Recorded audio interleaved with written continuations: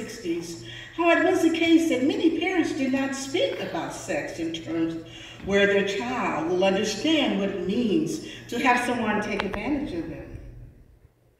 Hazel Catherine Bass was a spokeswoman who, at our daily morning and evening devotionals, shared stories about her life and how she was brought up to take care of her personal self.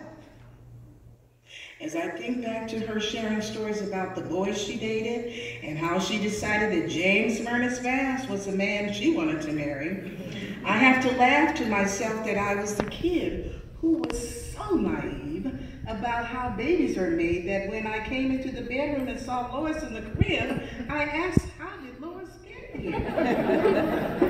Mom said an angel brought her. To Mom's response, I replied, oh, I wish that I could have been up to see the angel.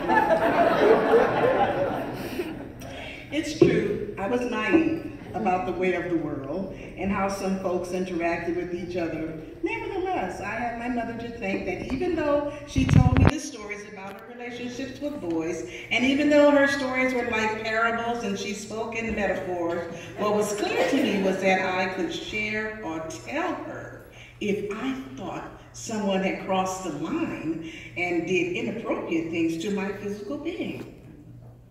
You must understand that I am so grateful to my mom, Hazel Catherine Bass, because she was so clear about protecting her daughters against slimy predators who offended women and girls, and the pedophiles who preyed on the young and innocent in their neighborhoods, the schools where they taught, the churches where they preached, and the list goes on and on.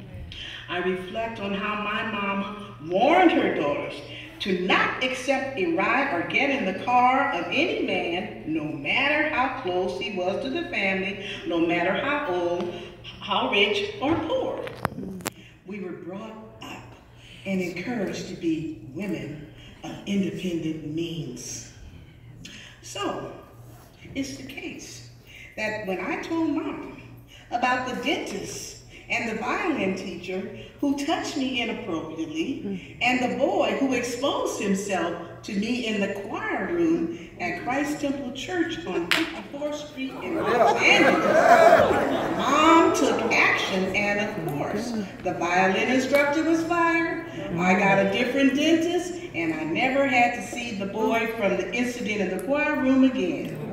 My mom took action to protect me, and I am so grateful to her for believing in me during my early years as a girl who needed that protection. Man, that's a big deal. It was because of Mom's quick actions to the situations I just mentioned that I, as an adult, was able to quit the job as minister of music at the church where the minister tried to force me to kiss him. When I broke into tears because I didn't have the strength to physically restrain him, he angrily shoved me away as though something was wrong with me and not him. As he pushed me away, he said, every woman in this church wants me to kiss her. You should know that I find it interesting that no one from the church ever called to question me as to why I quit the job. Tell the truth. Again, as I listen to the news of the women and men, girls and boys who are victims of sexual abuse, I can't help but wonder if they had had a parent or parents like James and Hazel, and if their parents had been as clear as my parents were with me, would that have made a difference for them?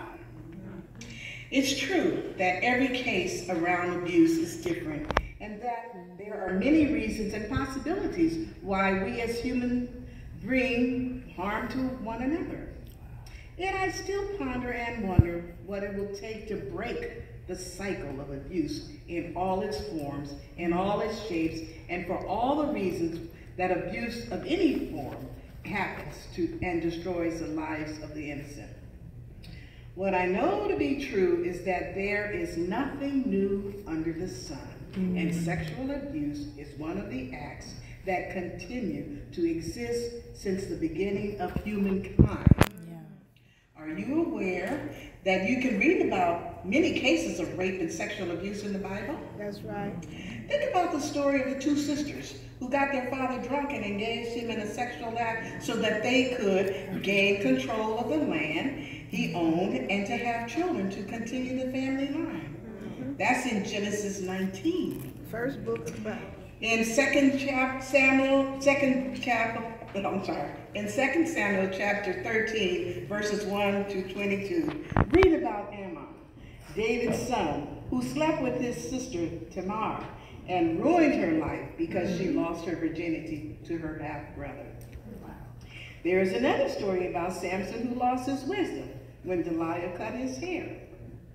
So folks, what I know to be the answer to all the worldly issues that come into our lives, and the only thing that can save us from the shame of sexual abuse, is written in the song by the founder of our faith, Bishop Charles Price Jones, who wrote the song, Jesus Only. As I close, I want to say that I am thankful that my parents brought me up in a home where the values and beliefs were based on the philosophy that Jesus only is my motto. That Jesus only is my song. Jesus only is my heartbeat. Jesus only all day long. Yes. Thus, I've come to know that it's the saving grace of Jesus that keeps me safe and sound from all harm and degradation. And I also know that my hope is built on nothing less than Jesus' blood and righteousness. That on Christ, the solid rock, I stand. All other ground is sinking sand. All other ground is sinking sand.